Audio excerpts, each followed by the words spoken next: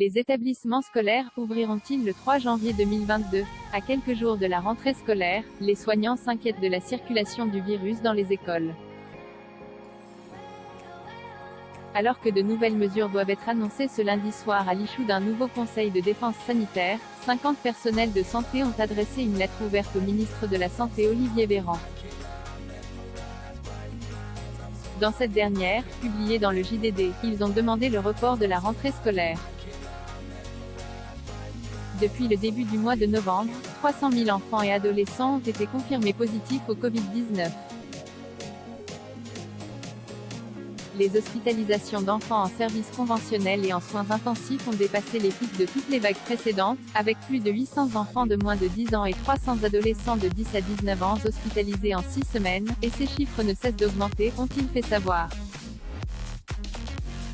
Inquiet, le personnel de santé a indiqué, la dernière étude de l'équipe dirigée par Vittoria Colizza estime que le virus circule plus dans les établissements scolaires, du primaire et du secondaire, que dans la communauté à la même période, montrant que les contacts au sein des écoles augmentent le potentiel de transmission du SARS-CoV-2 par rapport à la communauté. D'ailleurs, dans de nombreux départements, la reprise épidémique a clairement démarré à l'automne par des clusters en milieu scolaire.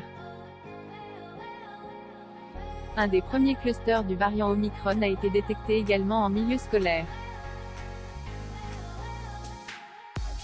Si le rôle de l'école n'est pas discutable, ils ont expliqué, nous déplorons cependant les faibles moyens déployés jusqu'à présent par le ministère de l'Éducation nationale pour freiner l'épidémie dans les écoles, que ce soit pour lutter contre le risque aéroporté de contamination, comme pour organiser des campagnes de tests efficaces. Les demandes du personnel de santé au gouvernement dans cette tribune, 50 personnels de santé ont expliqué, nous, professionnels de santé, attendons de vous, monsieur le ministre, la prise en charge de la gestion sanitaire dans les établissements scolaires, avec son transfert immédiat.